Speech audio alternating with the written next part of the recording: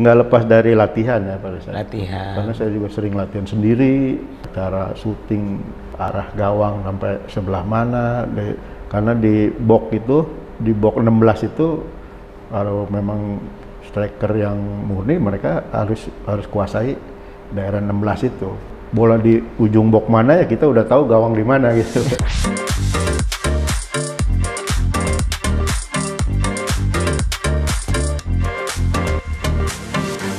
Jumpa lagi di podcast iNews Serpong. Kompetisi Liga 1 Nasional tahun 2022-2023 sedang bergulir. Pertandingan memang masih berlangsung, tetapi sudah kelihatan tim mana saja yang akan naik ke papan atas. Bagaimana dengan Persita? Persita kali ini menargetkan masuk di 7 besar. Tapi kali ini kita tidak bicara soal liga. Kita ingin bicara tentang legenda hidup Persita. Dia bernama Agus Suparman.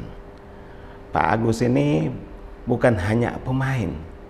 Dia bergabung dengan Persita era 80-90-an. Dia termasuk pemain penyerang yang haus gol. Itu dijulukin demikian karena memang dia pemain tengah yang tangguh. Tidak hanya sebagai pemain, tetapi sempat menjadi kapten di Persita. Tidak hanya itu, di era 2008-2009 dia menjadi pelatih Persita. Nah, Pak Agus sendiri ini luar biasa. Sekarang meski tidak bermain dalam kompetisi lagi, tetapi bermain di sepak bola tidak pernah ditinggalkan. Sekarang sudah ada di samping kiri saya. Selamat datang Pak Agus. Bagaimana kabar? Alhamdulillah. Alhamdulillah baik. Ini Pak Agus ini saya kira tidak berlebih kalau dikatakan legenda hidup. Kenapa? Karena bukan hanya sekedar bermain untuk Persita, tapi menjadi kapten, lalu kemudian pelatih.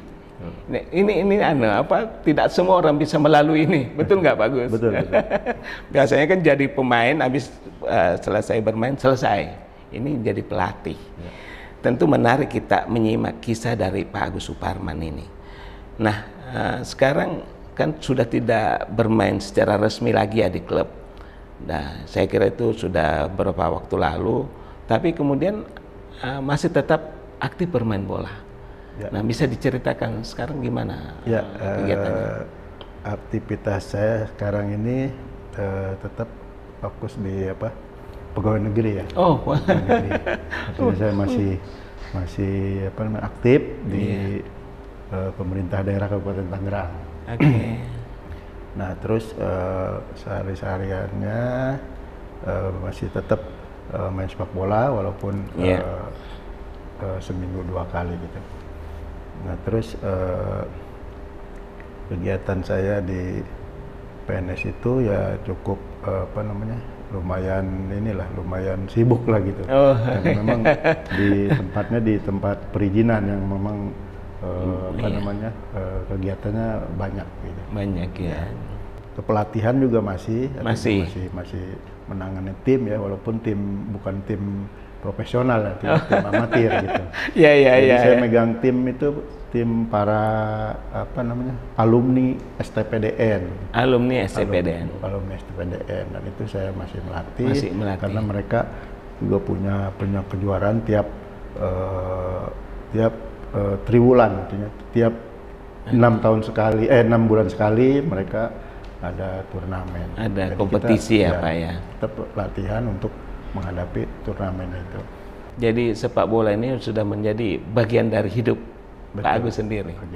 Tapi gini Pak Agus, bisa diceritakan sejak kapan bergabung dengan Persita? Kalau saya bergabung dengan tim Persita ya, terutama yang masih amatir ya Perserikatan itu sejak tahun 1985 kita bergabung terus dari era Perserikatan divisi 2, divisi 1 sampai ke divisi utama. Itu berakhir tahun 88 kita masuk ke divisi utama. Itu sebelum liga ya, artinya sebelum kita main masuk ke era liga gitu. Nah, terus setelah masuk liga tahun 95 sampai dengan tahun 2002. Nah, setelah 2002 baru saya gantung sepatu, istilahnya nggak main lagi profesional gitu. Kira dari tahun 85 sampai dengan 2002. Setelah itu merintis kepelatihan. Anda dikenal sebagai pemain yang house goal. Itu gimana ceritanya? Ya karena memang ini kan orang yang menilai, bukan? Ya gimana? Sebenarnya pada saat awal main bola saya bukan striker ya. Oh, bukan malah, striker. Libero atau stopper gitu. Iya. Libero, stopper. Pemain belakang saya. Pemain belakang malah. Tapi pada saat berjalannya Persita ya, terutama di tim senior pada waktu itu memang kekurangan pemain depan. Akhirnya saya didorong oleh pelatih untuk main agak ke depan gitu. Iya. Di striker. Iya. Dan saat saya main di striker itu seperti apa ya? Seperti menemukan inilah jati dirinya lah gitu. Jadi memang saya agresif gitu, main agresif. Iya. Dan juga apalagi untuk mencetak gol. Saya lebih nafsunya besar gitu. Wah, militansinya luar biasa gitu ya. Betul. Mungkin karena tanggung jawab yang dibebankan itu. Iya, betul. Artinya pelatih pada saat itu tidak punya tukang gedor lah istilahnya saat itu ya. Iya. Saya didorong situ dan saya menemukan jati diri di striker. Ketika itu usia sekitar berapa waktu itu? Pada saat itu usia 22-an. Wah, ini memang puncak-puncak kekuatan di situ ya. Sebagai pemain yang house goal, tentu ada gol yang tercipta yang paling berkesan buat Anda. Pada saat itu kita main di divisi 2 ya, divisi 2 di Jogja. Ya. Dan itu itu untuk melangkah ke divisi 1. Kita harus juara di divisi 2. Nah, pada saat itu kita main di Jogja itu luar biasa lah, artinya semua gol-gol yang tercipta itu justru saya yang nyetak gitu. Sundulan, dari syuting, dari Wah, pokoknya lagi enak lah gitu, lagi enak. Iya. Nah, saya syuting ke gawang itu ya terjadi gol terus gitu. Iya itu. Akhirnya kita lolos ke divisi 1. Tahun itu saya dipanggil timnas ya, eranya Berce Matula Perwa, karena memang mudah sekali itu melihat saya main terus juga mencetak gol. Iya. Sepertinya mudah, artinya Pak Berce itu manggil saya ke tim nasional. Masuk di tim nasional. Ya, pada saat itu mau ke SEA Games. Tapi ada King Cup dulu di Bangkok ya, saya masuk ke ikut di King Cup Bangkok. Nah, setelah itu SEA Games saya nggak ikut karena pada saat itu saya cedera. Akhirnya saya nggak ikut SEA Games. Jadi SEA Games-nya SEA Games di Jakarta waktu itu yang kita juara itu. Jadi nggak ikut waktu itu. Tapi yang di Bangkok? Yang di Bangkok saya main ya. Main pada saat itu kita peringkat 3 kalah sama Australia waktu itu. Selama bergabung di Persita, prestasi apa yang tercipta di situ? Ya, pada saat di Jogja sebenarnya jadi pemain terbaik Siwo DIY ya, pada saat itu ada Siwo. Saya jadi pemain terbaik pada saat itu karena menjadi top skor. Dari 5 kali pertandingan saya cetak 12 gol waktu itu. 12 gol? Ya, dari 5 kali pertandingan. 5 kali? Jadi mereka bilang kayaknya mudah sekali cetak gol gitu. Iya. Ya, saya pikir ya kalau bolanya enak ke saya, jadi saya syuting ke gawang ya udah pasti gol kata dia. Tapi kan tentu ada resepnya. Kalau menurut Pak Agus sendiri ini Pak Agus bisa bagi pengalaman apa sih yang membuat?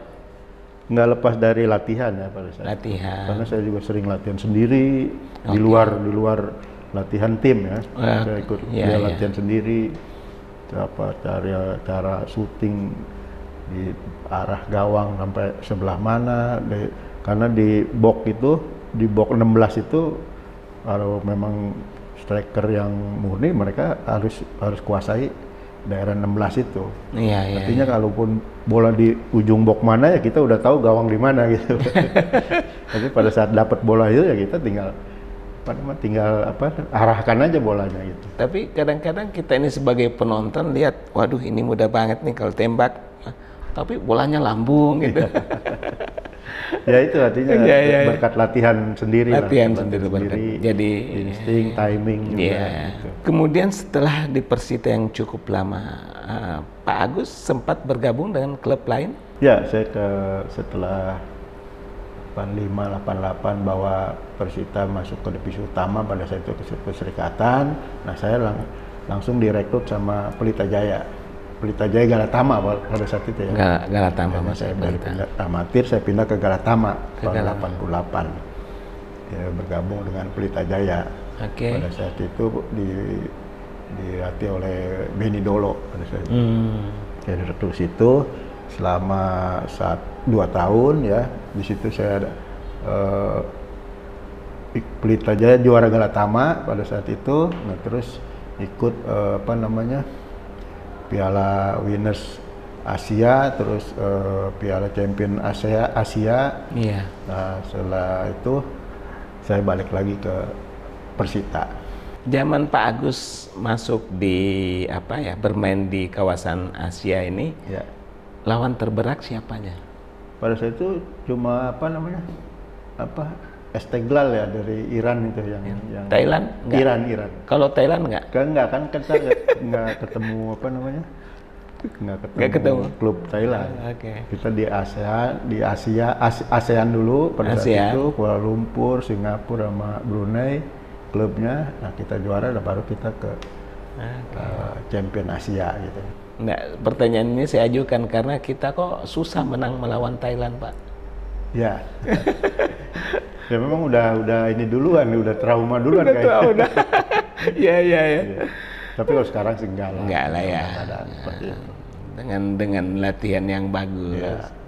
Di klub maupun di tim nasional kita udah punya kualitas teknik yang sudah meningkat lebih baik gitu. Ya, artinya paling tidak di ASEAN ini kita harus bisa berbicara lah, jangan Vietnam, Thailand terus gitu. Ya. Buktinya kemarin udah bisa dikalahkan tuh. Betul. Tapi gini Pak Gus, saya coba masuk sedikit ke Persita. Menurut Anda untuk membuat Persita ini lebih bagus, kira-kira bagaimana pengembangannya? Ya memang kalau kita lihat di Liga 1 ini pertandingannya luar biasa dan selalu menang. Tapi tentu kita mau yang terbaik. Bagaimana menurut Pak Agus? Ya saya kira untuk pengembangan Persita ke depan ya tidak lepas dari pembinaan di Persita itu sendiri. Karena sekarang ini kan kompetisinya sudah bagus berjalan ya. Di senior sudah tertata rapi di kompetisinya. Tinggal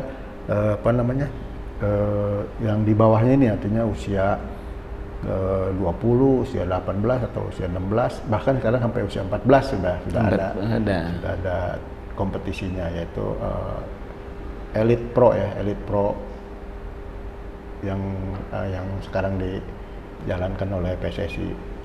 Nah, paling tidak Persita harus mengembangkan akademi sepak bolanya. Akademi sepak bola dari usia-usia yang sudah ditetapkan oleh PSSI, oleh BLI lah. Jadi menurut saya harus dikembangkan di akademinya itu. Di akademinya. Karena kita nggak bisa lepas dari pembinaan seperti itu. Karena kan sekarang ini kebanyakan ada usia 18, ada usia 16 itu mereka rekrut dari siapa yang mau gabung ya kita bentuk tim dari rekrutan itu. Kalau sudah dengan akademi mereka sudah siap dengan kategori usianya untuk menghadapi Piala EPA tersebut. Karena tiap tahun dilaksanakan itu sekarang. Jadi tiap tim Liga 1 harus mempunyai tim akademinya juga. Tim akademinya. Ya. Nah, lebih baik kita menyiapkan di akademi daripada merekrut pemain-pemain yang dari dari klub bebas ya, dari mana aja. Terus setelah itu dibubarkan. Setelah pertandingan selesai dibubarkan. Betul. Artinya fakta bahwa kalau kita lihat usia-usia muda ini luar biasa. Kita sudah dipertunjukkan dengan U16 ini, dia sukses. Tapi terkadang ketika melaju ke usia berikutnya itu ada jeda. Ya. Ini putus karena tadi itu tidak masuk dalam akademi ya Pak ya. Betul. Main cabut aja dengan pemain. Ya kalau dengan akademi kan kita pembinaannya berkesinambungan ya, artinya mereka setelah kompetisi selesai mereka tidak dibubarkan, artinya mereka terus dibina di akademi itu. Iya. Jadi berjenjang usianya sampai dengan usia 18-20 mungkin sudah bisa main di senior gitu. Iya. Dan Pak, itu terpantau terus gitu oleh pelatih. Pak Agus, ini menarik sekali ngomongin Persita. Tapi kita harus jeda sebentar. Ya. Kita akan lanjut bagaimana target Persita masuk 7 besar di Liga 1 yang sedang bergulir ini.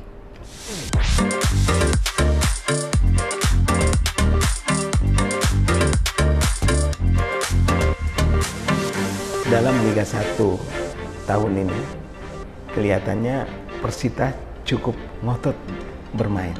Apakah target 7 besar bisa tercapai? Nah, kita lanjut dengan Pak Agus. Kira-kira bagaimana analisa Pak Agus dengan target 7 besar dalam kompetisi Liga 1 kali ini untuk Persita, Pak? Ya.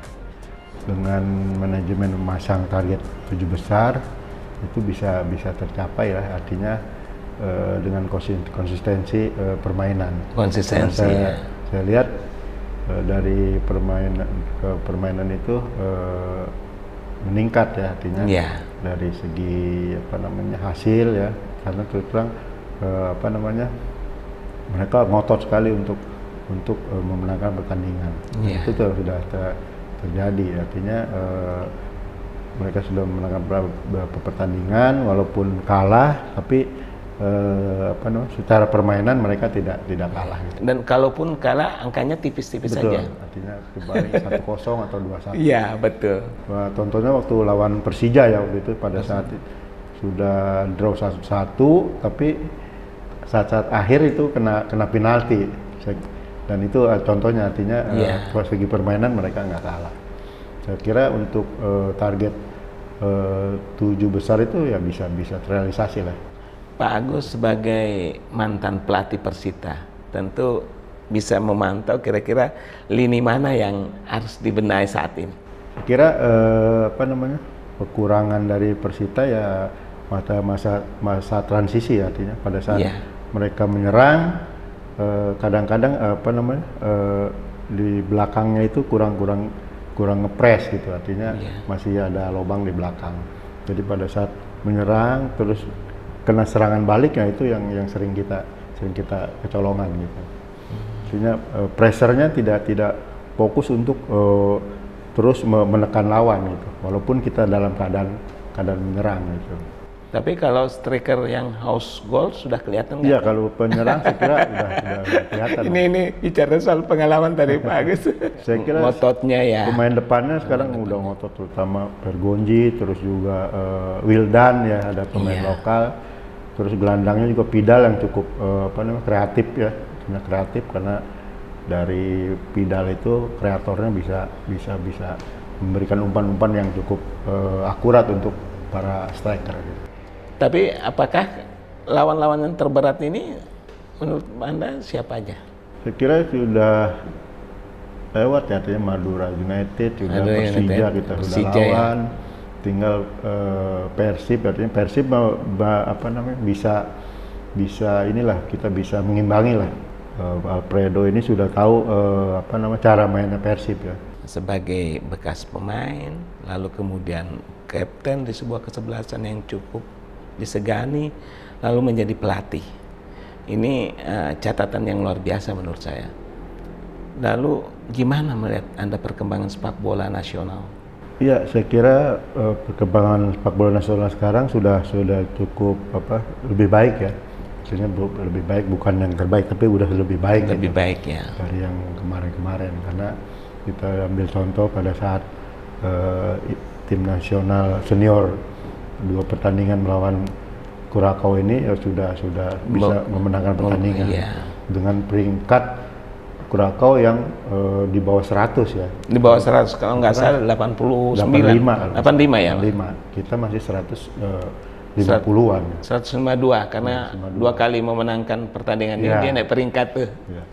Jadi dari indikator itu aja kita sudah bisa lihat bahwa tim nasional kita sudah meningkat dalam hal segi fisik, terus mental bertandingnya juga kualitas teknik yang dimiliki oleh para pemain tim nasional sekarang. Karena tidak lepas daripada kualitas teknik, mereka bisa memenangkan pertandingan.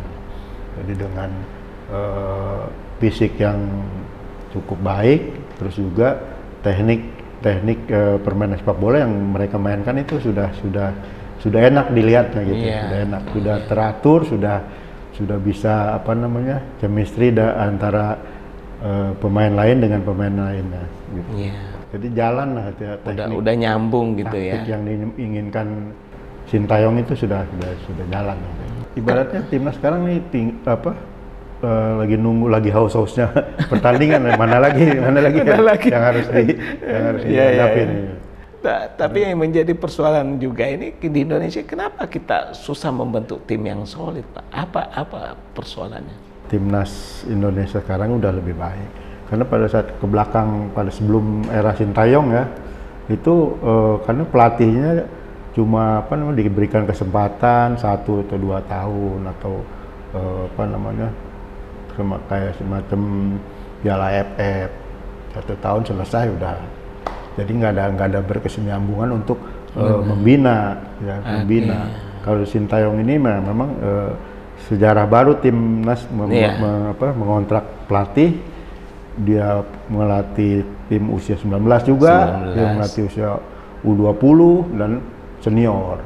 Baru kali ini pelatih asing yang diberikan kepercayaan PSSI sepenuh itu gitu. Nah, sekarang udah kelihatan nantinya prestasinya.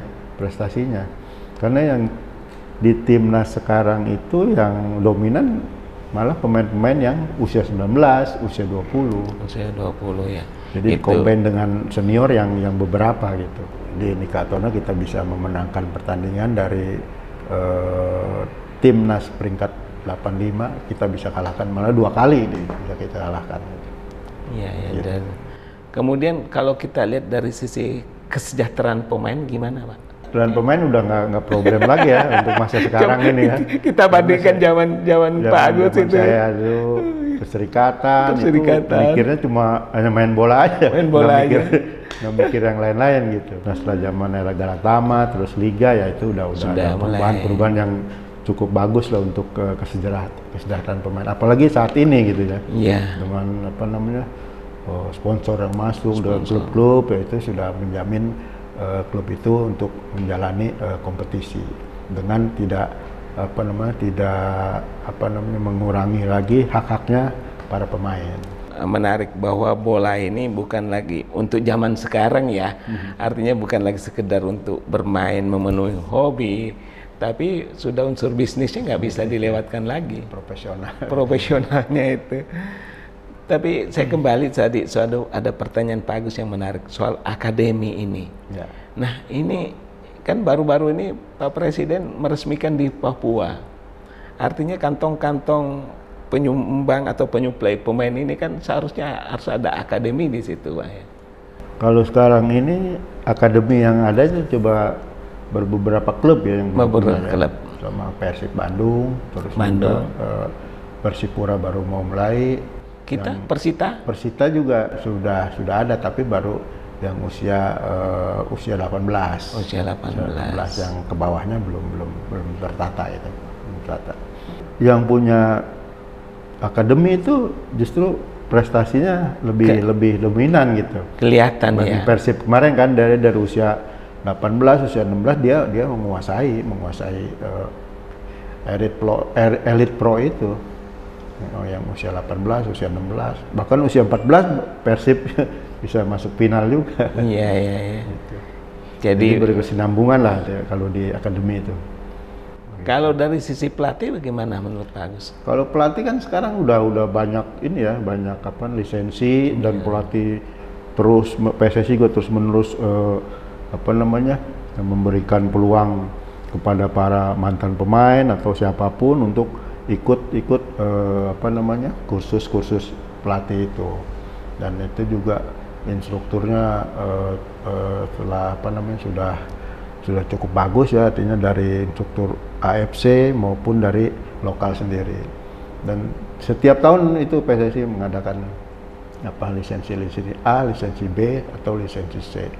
Dan menurut saya pada saat ini pelatih itu udah tidak kekurangan lagi gitu. Nggak kekurangan karena lagi. Kita lihat contohnya pada saat satu klub Liga 1 itu kita lihat official timnya ya sudah lengkap semua, terutama ada pelatih fisik, pelatih kiper, pelatih udah lengkap lah artinya. Fisioterapi atau apa. Jadi tidak lagi seperti permainan tim-tim pada saat sebelumnya ya. Cukup dengan pelatih atau asisten pelatih. Nah, sekarang tim sepak bola official dan para pemainnya itu sama banyaknya. Iya. Sama banyaknya lah begitu. Ya, artinya melihat perkembangannya memang cukup. Kita harus ngikutin tren lah. Trennya. Tadi kenapa susah membentuk tim yang solid? Kalau jawaban candanya ada, Pak. Bapak mau dengar jawaban candanya? Ya. Jadi ternyata Tuhan itu tidak memberi kekuatan pada kaki manusia Indonesia, tapi kekuatan diberikan pada rahang, Pak. Makanya itu diskusinya banyak. Ini canda itu, Pak. Ini kita lihat salah sedikit, sesuatu yang sudah, artinya kita udah tahu persoalannya, didiskusikan lagi, diperdebatkan lagi. Itu candaan tadi, Pak. Tapi ya kalau kita lihat seperti Pak Agus lihat bahwa bagaimana pembinaan sekarang sudah mulai jalan dan memang hasilnya kita sudah lihat dan sudah kita bisa betah di depan televisi, Pak. Betul. Meskipun masih jantung. Waktu melawan Vietnam ya U20 tuh. Waduh, saya tuh waktu 21 udah ini, Pak. Terus terang aku udah ninggalin televisi tuh. Ya. Saya udah ninggalin televisi. Saya sudah. Biasanya udah kebobolan gitu, udah pasti kebobolan lagi. saya udah putus asa deh. Pas gue lihat lagi di HP 2-2, wah lari lagi gue nonton dulu. Akhirnya bisa 3-2, itu luar biasa. Iya. Sama juga semalam juga seperti itu dah. Iya, saya bilang tadi artinya sudah meningkat lah. Sudah meningkat ya. Mental bertanding mereka, terus juga kualitas tekniknya. Gitu. Tapi gini Pak Gus, satu lagi pertanyaan saya menunjukkan, kalau kita lihat potensi pemain kita itu luar biasa. Ya. Faktanya apa? Itu anak-anak kita direkrut sama klub-klub di luar kayak di Jepang, di Korea, bahkan di beberapa klub di Eropa. Ya. Nah ini gimana? Sementara kita sepertinya kekurangan, gimana tuh? Ini pertanyaan awam aja. Ya. Sekarang kan udah globalisasi, artinya setiap pemain itu banyak yang mantau sekarang. Yeah. Luar juga banyak yang mantau ke kita gitu. Jadi di luar ininya PSSI lah, kerjanya PSSI lah. Yeah. Dan mereka juga punya ini sendiri, kadang-kadang inisiatif sendiri untuk berlatih di luar negeri. Yeah. Bahkan mereka kirim videonya pada saat bertanding atau pada saat berlatih, mereka kirim ke klub itu pasti ada respon dia gitu. Jadi sekarang mudah gampang. Kalau memang punya talenta ini pasti mereka bisa. Mau. Tapi saya ingin mengatakan bahwa kita tidak kalah dengan bangsa lain untuk talenta ya. Untuk talenta itu. Pemirsa, ini menarik sekali kalau ngomong sepak bola, apalagi melihat perkembangan sepak bola belakangan ini. Kita sudah betah menonton di depan televisi meskipun masih jantungan karena kita selalu berharap tim kita memenangkan pertandingan. Tapi saya kira itu waktulah yang akan menjawab, karena kalau kita lihat upaya dari tim-tim kita sudah menunjukkan tajinya. Bahkan beberapa pertandingan belakangan ini sudah dimenangkan. Nah tentu ini kan butuh proses. Yang menarik dari tadi perbincangan dengan Pak Agus Suparman ini, legenda hidup dari Persita adalah bagaimana meningkatkan militansi, bagaimana membuat akademi supaya pembinaan itu berkelanjutan. Karena ini penting sekali. Selama ini peserta liga yang tidak punya akademi itu main copot aja. Selesai pertandingannya selesai, jadi pembinaan terputus. Saya kira itu catatan terbaik dari Pak Agus Suparman. Dan juga yang menarik bahwa bermain sepak bola itu harus dinikmati. Jadi tanpa beban. Tak heran kemudian Pak Agus, salah satu peristiwa yang paling dikenang adalah ketika bertanding di Jogja. Dia mencetak gol cukup banyak sehingga disebut sebagai pemain Persita yang haus gol. Pemirsa, podcast kita kali ini cukup sampai di sini. Kita akan berjumpa pada podcast lainnya.